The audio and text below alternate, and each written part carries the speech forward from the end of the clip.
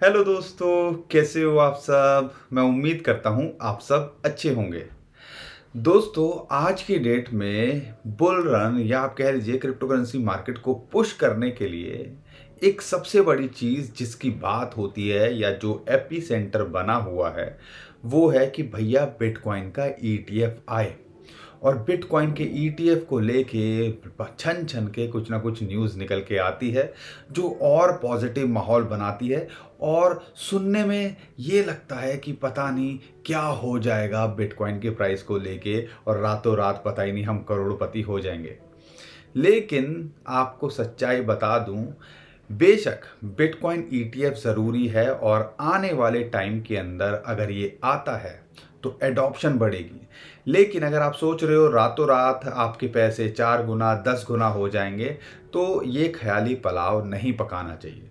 लेकिन bitcoin ETF आने से जो न्यूज़ निकल के आ रही हैं, एक बड़ा पुश मिल सकता है। और वो कुछ टाइम के अंदर, देखो रातों रात तो कुछ नहीं होने वाला, रातों रात आपके पैसे 20-50% बढ़ सकते हैं।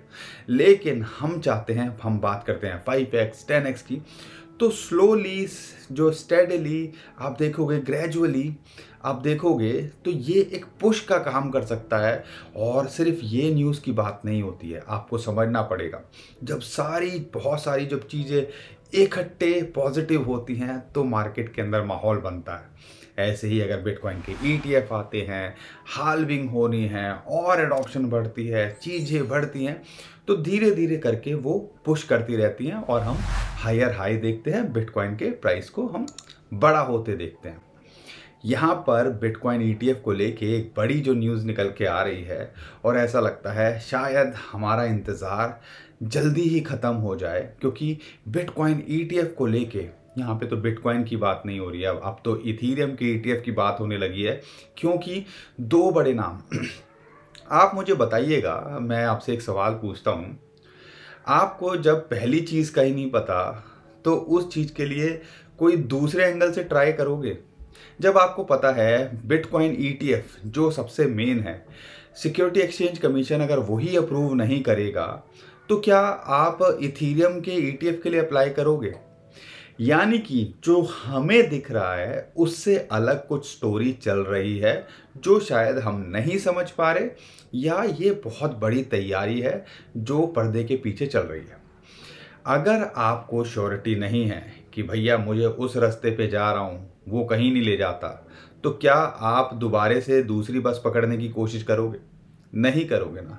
लेकिन यहाँ पर ब्लैक रॉक और फिडेलिटी की बात करते हैं, उन्होंने बिटकॉइन स्पॉट ईटीएफ के लिए तो एप्लीकेशन दी हुई है, अब यहाँ पर उन्होंने इथीरियम के ईथर के स्पॉट ईटीएफ के लिए भी अप्लाई कर दिया है।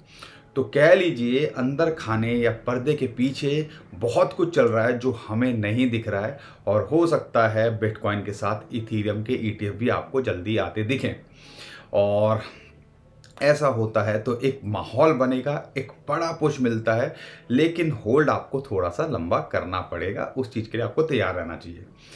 यहाँ पर जो बड़ी न्यूज़ निकल के आ रही है कि बिटकॉइन का ईटीएफ हो सकता है आपको जल्दी ही देखने को मिले, या जल्दी ही, हम सोच रहे हैं कि बहुत टाइम लग जाए, इंतज़ार जल्दी ही ख़त्म हो सकता है। उसके लिए एक न्यूज़ निकल के आ रही है, ब्लूमबर्ग के एनालिस्ट हैं एरिक करके, उनका जो रिसेंटली अभी ट्वीट निकल के आया है, सिक्योरिटी एक्सचेंज कमीशन ने एडवाइस किया है, यानी कि बोला है एक्सचेंजेस को to do cash create. Usually cash create इसलिए किया जाता है कि मान लीजिए कि कुछ भी अगर आपको कस्टमर्स को कुछ प्रोवाइड करना है तो भैया उस चीज़ के लिए आपको फैसिलिटी करने के लिए कुछ होना चाहिए ना, लिक्विडिटी होनी चाहिए ना।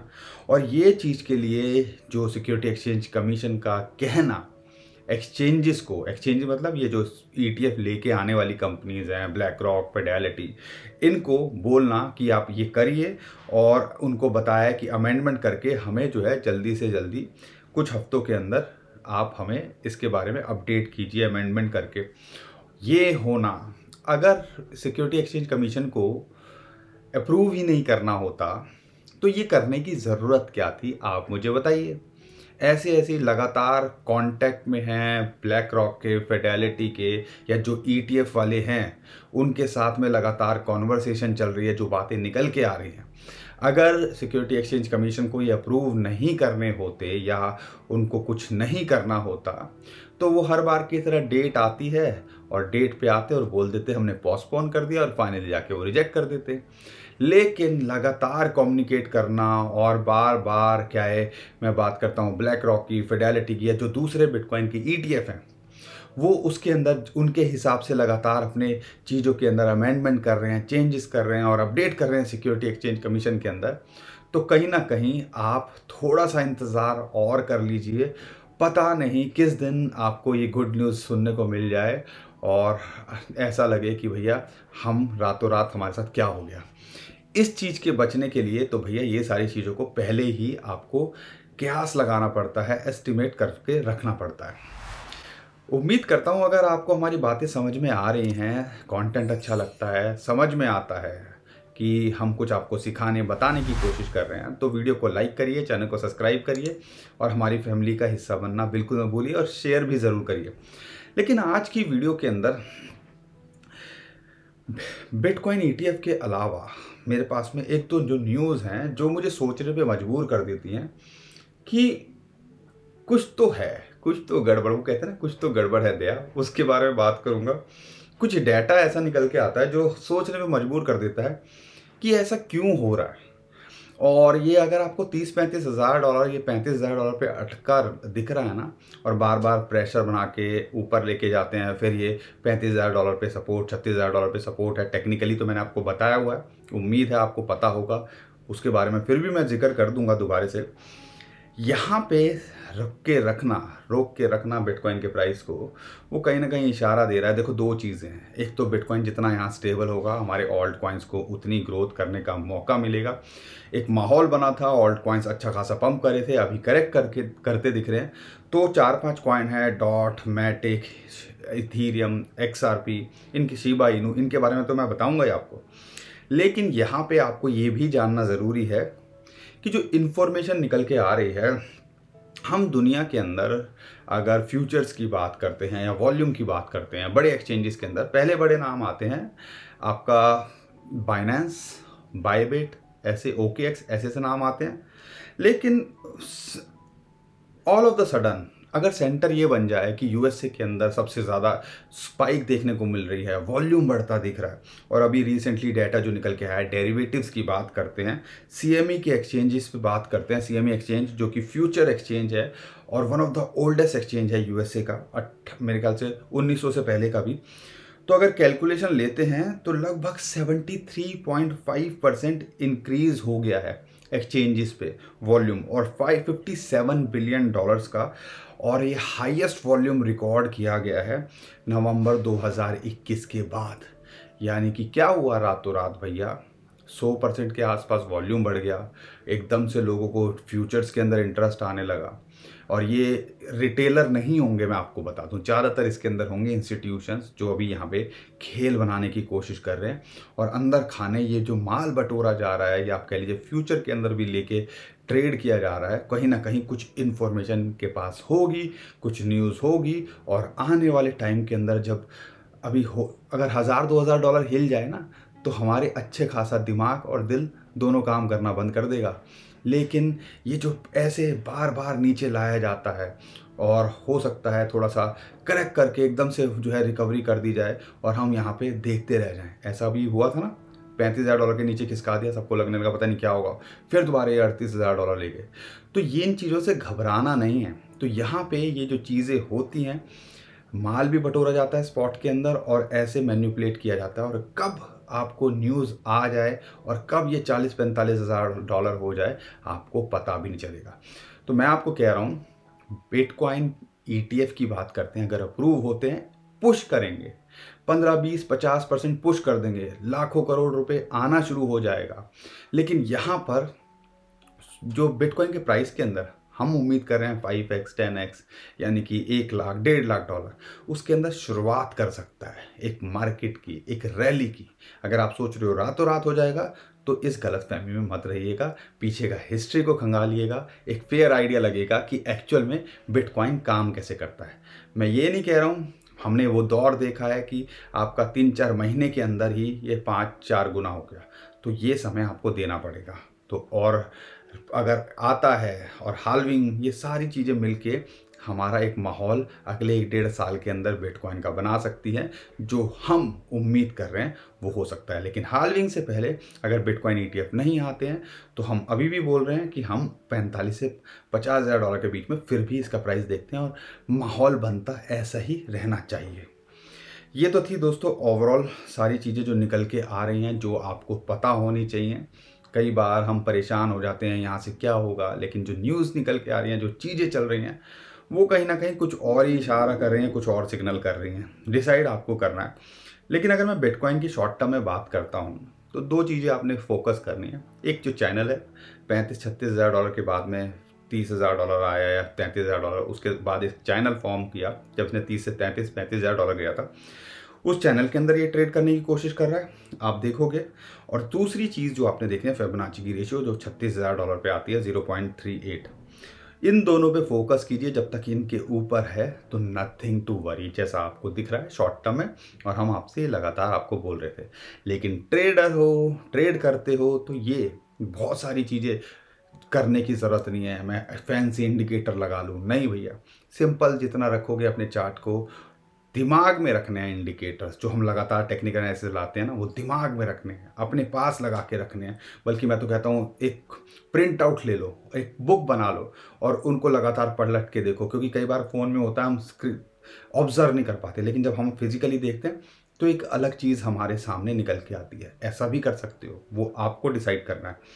और जितना चार्ट को सिंपल रखोगे उतना आपके लिए बेटर है। मूविंग एवरेजेस बड़े टाइम फ्रेम में देख रहे हो तो बड़ी 50, 200, 100 इन पे फोकस करना है। शॉर्ट टर्म में देख रहे हो तो 9, 21 ऐसे फोकस कर सकते हो। 4 घंटे के चार्ट में, दिन के चार्ट में, या आप कई लोग तो 15 मिनट के, 5 मिनट में स्काल्पिंग में भी देखते हैं। लेकिन वो जो स्काल्पिंग वाले ना जब फंसते हैं ना, तो जो लोग बोलते हैं उसके बारे में फिर वो पता नहीं, दिखते भी नहीं। तो फोकस उस पर करो जिससे आपका रिस्क कम हो और पैसा ज़्यादा कमाया जा सके। तो वो चीज़ों पे ज़्यादा फोकस आपको करना है। उम्मीद करता हूँ अगर आपको हमारा कंटेंट समझ में आता है, चीज़ें अच्छी लगती हैं, हम समझाने की कोशिश करें, तो वीडियो को लाइक कीजिए, चैनल को सब्सक्राइब कीजिए, शेयर कीजिए।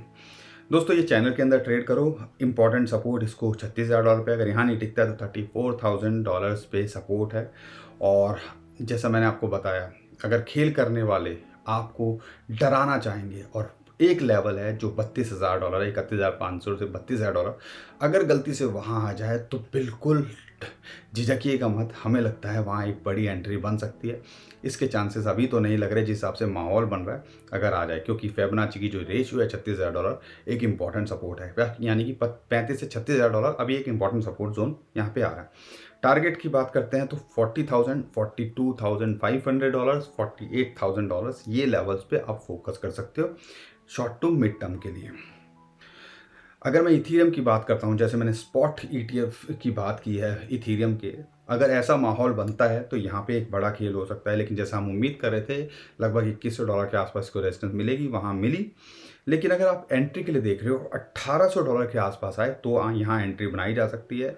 और इसके टारगेट की बात कर रहे हैं तो ये 2375 से लेकर 2400 डॉलर का इसका टारगेट लेके चल सकते हो। अगर होल्ड करके रखे हो, बड़े टाइम के लिए देख रहे हो, इथीरियम के स्पॉट ETF आ गए तो समझ लीजिएगा कि एक खेल ही अलग हो जाएगा। इथीरियम भी आपको एक बड़ा अच्छा रिटर्न देके जा सकता है। XRP के अंदर बात करें, माहौल XRP के अंदर भी बन रहा है बहुत। अभी रूमर निकल के आया XRP का ETF ब्लैक रॉक जो है उसको भी फाइल कर सकता है, रजिस्टर कर रहा है कंपनी ट्रस्ट, लेकिन वो फेक थी। लेकिन इंटरेस्टिंग बात क्या, अगर इसकी एंट्री देख रहे हो 0.54 डॉलर के आसपास मिल जाए तो एक बहुत बढ़िया एंट्री रहेगी। अगर करेक्शन आती है यहाँ पे मिल जाए तो छोड़िएगा मत। इसके टारगेट देख के चल रहे हो तो 0.9 डॉलर से लेके 1.5 डॉलर, बल्कि हम ऑल टाइम हाई भी लगता देख सकते हैं आने वाले टाइम के अंदर अगर एक बुल रैली आती है तो इस पर भी फोकस किया जा सकता है।